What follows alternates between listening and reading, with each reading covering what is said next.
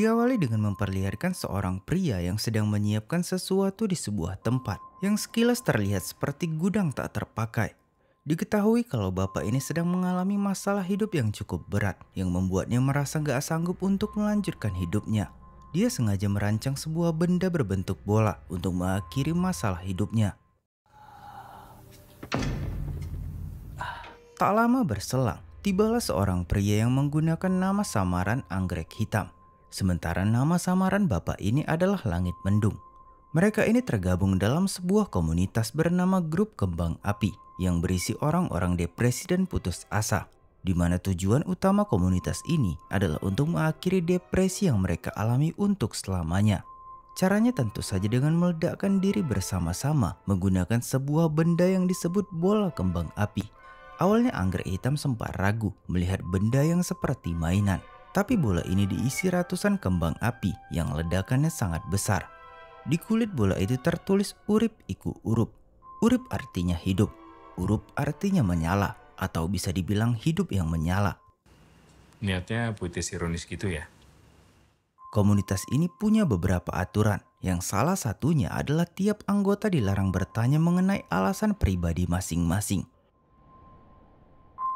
Beberapa waktu kemudian, datang seorang lagi yang dikenal sebagai Tengkorak Putih. Sama seperti Anggrek Hitam, Tengkorak Putih juga merasa bola kembang api itu tidak berbahaya dan terlihat seperti mainan. Tengkorak Putih juga bertanya tulisan di bola tersebut, yang secara kebetulan perkataan itu adalah nasihat yang sering dikatakan ayahnya dulu, yang memiliki arti hidup haruslah bercahaya, memberi penerangan bagi yang lainnya.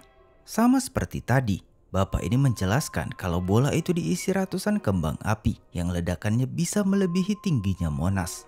Mendengar kata Monas, tiba-tiba Tengkorak Putih menangis dan meminta agar rencana mereka dilakukan segera.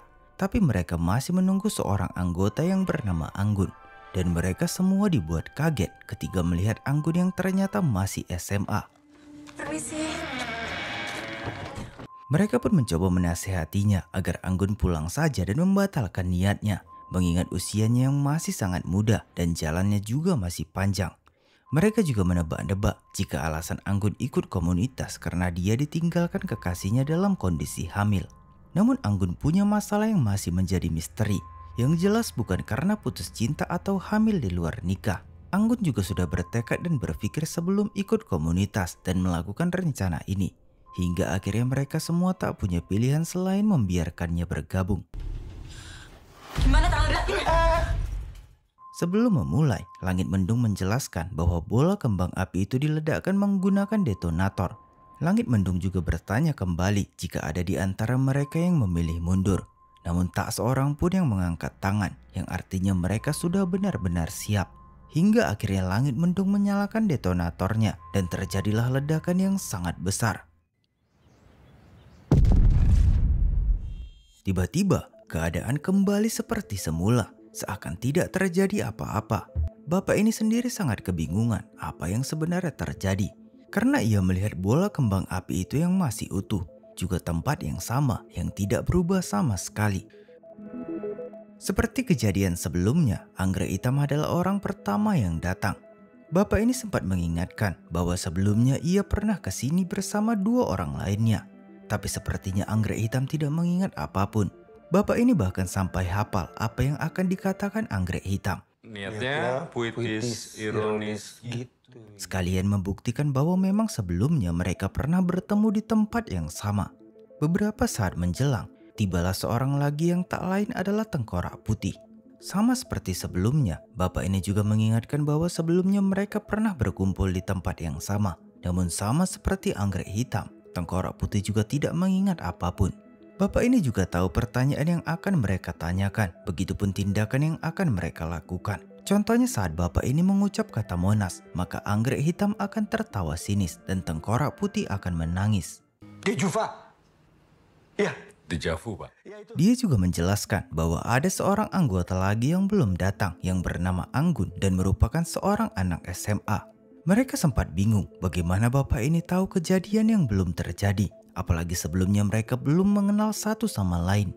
Mereka juga kembali meyakinkan Anggun untuk mengurungkan niatnya karena usianya yang masih muda dan jalan yang masih panjang. Namun Anggun sudah mengambil keputusan kalau ia akan ikut dengan rencana mereka.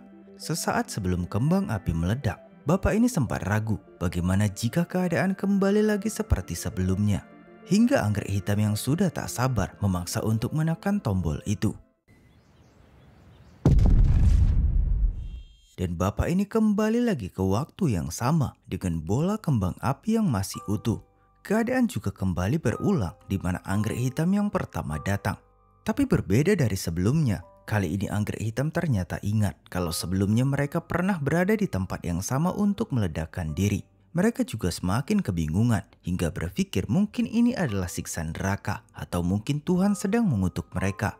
Hingga bapak ini mengambil kesimpulan, mungkin keadaan yang mereka alami ini karena mereka mengizinkan anak kecil untuk ikut bersama mereka.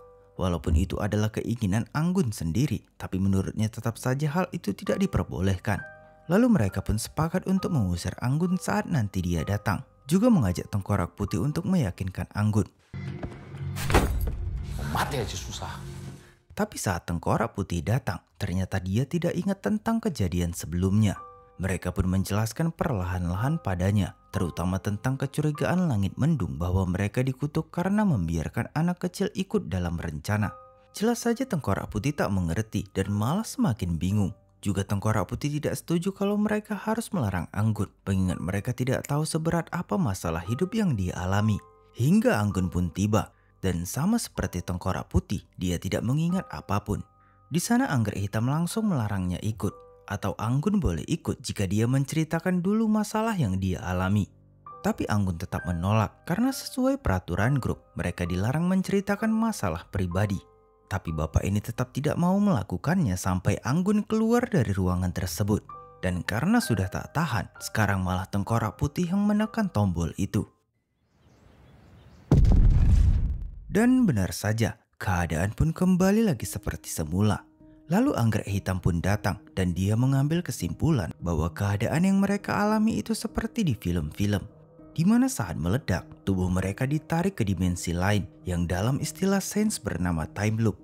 Singkatnya saat mereka meledak, harusnya mereka pergi ke alam lain, tapi mereka malah berputar di lorong waktu dan kembali ke titik awal. Ya walaupun dia belum tahu penyebabnya dan itu hanya merupakan asumsi. Awalnya dia berencana untuk mengatur ulang rencana mereka tanpa mengajak Anggun.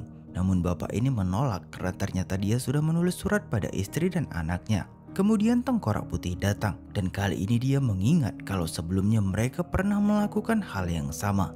Tengkorak Putih pun sangat kebingungan sampai kapan mereka mengalami time loop. Apalagi rasa sakit yang mereka rasakan itu nyata. Rasa sakit dari kulit yang terbakar yang masih mereka ingat dengan jelas. Lalu tiba-tiba mereka saling mengenalkan nama masing-masing. Bapak ini bernama Fahmi dan orang ini bernama Rangga. Lalu Tengkorak Putih bernama Sukma. Kemudian Fahmi bercerita tentang dirinya. Dulu dia bekerja di pabrik kembang api. Tugasnya adalah mendesain kembang api untuk event-event besar yang memerlukan kembang api. Sampai suatu hari dia gagal. Ada sebuah event besar yang mengundang beberapa menteri negara. Tapi kali itu terjadi error di kembang api buatannya yang membuat kembang api itu tidak meledak secara otomatis. Dan karena masalah itu, Fahmi pun dipecat dan dia diminta mengganti semua kerugian. Sejak itu Fahmi mulai depresi mengingat kerugian yang ditanggungnya sebesar 1,3 miliar. Jadi dia memilih meledak untuk menghindari hutang tersebut dan membuat kematiannya seperti kecelakaan saat ia merakit kembang api. Jadi nanti hutangnya tidak dibebankan pada keluarganya dan perusahaan asuransi akan memberikan asuransi jiwa atas kematiannya. Dia juga bertekad tidak mengizinkan Anggun ikut karena dia punya anak perempuan yang seusia dengannya yang punya cita-cita menjadi dokter anak. Jadi nanti uang asuransi itu akan menjadi modal untuk putrinya lanjut kuliah. Tapi Rangga berkata, jadi dokter tidak semudah itu, terutama karena dia adalah seorang dokter. Belajar jadi dokter sama menjadi dokter tuh beda, Pak. Dulu dia punya seorang pasien yang meninggal di meja operasi. Begitupun dengan anak di kandungannya. Dokter lain menyalahkannya atas kejadian itu, di mana kegagalan tersebut karena trauma yang dideritanya. Bahkan Rangga diberhentikan dari rumah sakit tersebut. Sebenarnya setiap hari ia selalu khawatir jika melakukan kesalahan lagi, apalagi tremor di tangannya yang kian parah. Dia juga sempat beberapa kali mencoba mengakhiri hidupnya, tapi selalu saja gagal. Jadi dia memilih untuk ikut rencana Fahmi karena menurutnya lebih cepat dan tidak menyiksa diri. Kemudian Anggun pun tiba dan seperti sebelumnya dia tidak ingat apapun. Mereka pun memaksa jika Anggun memang ingin ikut maka dia harus menceritakan masalahnya seperti yang telah mereka lakukan. Anggun pun setuju dan nama asli dia adalah Anggun. Ya, dia tidak menggunakan nama samaran. Lalu mereka pun mulai lagi menceritakan masalah masing-masing dan kali ini giliran Sukma. Dia punya seorang putra bernama Darwin. Kali itu putranya mengajaknya untuk naik ke puncak Monas. Di tengah perjalanan, mereka pun saling bercanda hingga tiba-tiba kecelakaan maut itu merenggut nyawa putranya. Sejak insiden itu, Sukma merasa waktu seakan berhenti berjalan dan dia menyalahkan suaminya karena waktu itu suaminya yang meminta mereka datang ke kantornya hingga kecelakaan itu pun terjadi. Jadi tujuannya ada di sini, dia ingin menghilangkan rasa sakit itu dan tentunya berharap bisa ketemu lagi dengan putra yang sangat ia sayangi. Sekarang adalah giliran Anggun bercerita, tapi belum sempat ia cerita, tiba-tiba ia merebut detonator dan berniat menekan tombolnya. Untungnya Fahmi berhasil mencegah. Melihat isi tasnya, mereka langsung tahu kalau Anggun ternyata sering dibully sama teman-temannya. Namun ia tetap tidak mau menceritakannya dan malah memaksa menekan detonator tersebut. Ketika keadaan kembali seperti semula, Sukma memutuskan untuk menekan alat itu sebelum Anggun tiba. Bapak. Tapi ternyata tidak ada yang berubah. Rangga menyimpulkan hal itu tak bisa mereka lakukan karena Anggun sudah menjadi bagian dari grup ini. Lalu ia menyarankan agar mereka bisa mengerti situasi Anggun yang kerap dibully oleh teman-temannya, di mana nanti mereka akan menaruh simpati dan bersikap seolah-olah pernah merasakan hal yang ia rasakan. Rangga juga berniat menghubungi orang yang berulang kali menelpon Anggun, tapi orang itu tak mengangkat teleponnya. Dan saat yang sama, rumah sakit menghubunginya. Seketika Rangga gemetaran, bahkan sampai susah bernafas. Rangga menjelaskan bahwa ia takut dipanggil kerja. Kemudian Anggun pun tiba, dan seperti yang lain, jika ia menekan tombol detonator, maka saat kembali ia akan ingat semuanya. Di sana Sukma pun menyampaikan, mungkin mereka diberi kesempatan kedua untuk berpikir tentang tindakan mereka. Mereka juga mulai memuji-muji Anggun dan berkata dia anak spesial dan lain sebagainya. Namun Anggun sadar perilaku mereka semua palsu dan ia tahu semua itu dilakukan agar Anggun tidak ikut dengan rencana mereka. Namun Anggun tetap bersikeras ingin ikut dengan mereka. Apalagi mereka nggak punya alasan yang masuk akal. Karena apapun alasannya, mereka juga melakukan hal yang dilarang. Terlepas dari usia mereka yang lebih tua, yang harusnya punya pikiran yang lebih dewasa. Juga tidak ada bukti yang pasti apakah kejadian ini terus berulang karena Anggun atau bukan. Kita semua tuh orang-orang yang gak kuat, makanya kita kumpul di sini. Lalu Anggun pun mulai bercerita. Setiap hari, sekolah merupakan tempat paling menyeramkan yang ia datangi. Karena teman-temannya selalu merundungnya tanpa alasan yang jelas. Mereka juga menyebarkan fitnah bahwa Anggun adalah wanita murahan yang membuat seluruh siswa di sekolah ikut merundungnya. Sementara di rumah, ia bersikap seolah tak terjadi apa-apa, sehingga mamanya tak tahu menahu soal perundungan tersebut. Dia juga terpaksa mengambil uang mamanya, karena selain dibully dia juga diperas. Jadi alasannya bergabung adalah agar orang yang merundungnya menyesal dan tidak melakukan hal yang sama pada orang lain. Tapi apapun alasannya, menurut mereka itu masih gak logis. Terutama jika berpikir bagaimana perasaan orang tua Anggun yang selama ini tidak tahu apa yang terjadi pada putri mereka. Saat yang sama, orang yang tadi dihubungi Rangga menelpon balik, yang ternyata itu adalah mamanya Anggun. Di sana mamanya meminta maaf karena selama ini gak tahu kalau putri mereka jadi korban perundungan.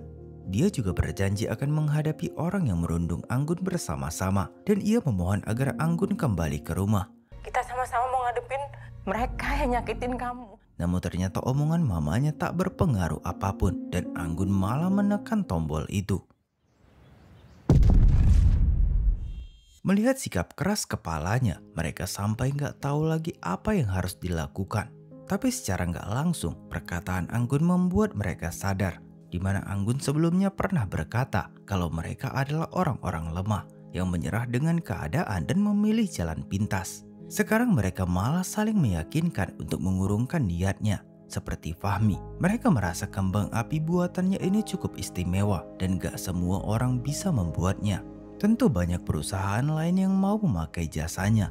Rangga juga merasa mungkin tulisan yang ada di bola itu yang membuat mereka nggak bisa mati, yang sebenarnya itu adalah kata-kata motivasi untuk hidup. Dan sekarang mereka mencapai kesepakatan, mungkin mereka harus tetap urip supaya tetap urup.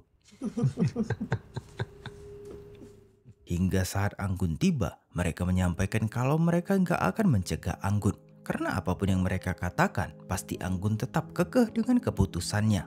Jadi mereka bertiga akan pergi dan menyerahkan bola itu pada Anggun. Sebelum pergi mereka juga mengucapkan terima kasih karena perkataan Anggun yang telah menyadarkan mereka. Dan sekarang mereka sadar bahwa mencoba mati jauh lebih sulit daripada bertahan agar tetap hidup.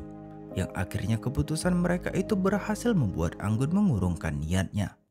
Saya nggak mau sendirian, Mbak.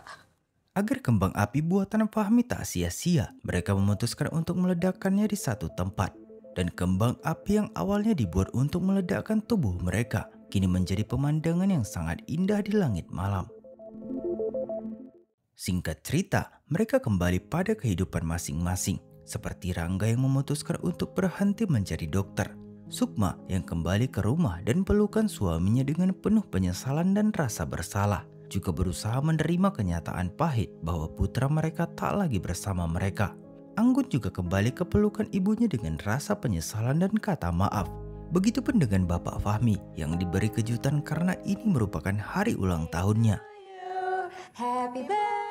Beberapa waktu berlalu, mereka sekarang punya kehidupan yang jauh lebih baik. Rangga yang memulai usaha barunya. Sukma yang dikaruniai seorang putra. Dan sekarang si keras kepala Anggun sudah menjadi guru di sebuah TK yang kebetulan salah satu muridnya adalah anaknya Sukma. Juga Bapak Fahmi yang sekarang punya perusahaan kembang api dan keinginannya untuk menyekolahkan putrinya pun kini sudah terwujud tanpa harus berharap uang dari perusahaan asuransi. Rencana sempurna mereka yang awalnya mereka kira bisa menyelesaikan masalah ternyata gagal, namun diganti dengan rencana Tuhan yang jauh lebih sempurna. Yang bukan hanya menyelesaikan masalah, tapi juga membawa kebahagiaan yang tak terlupakan.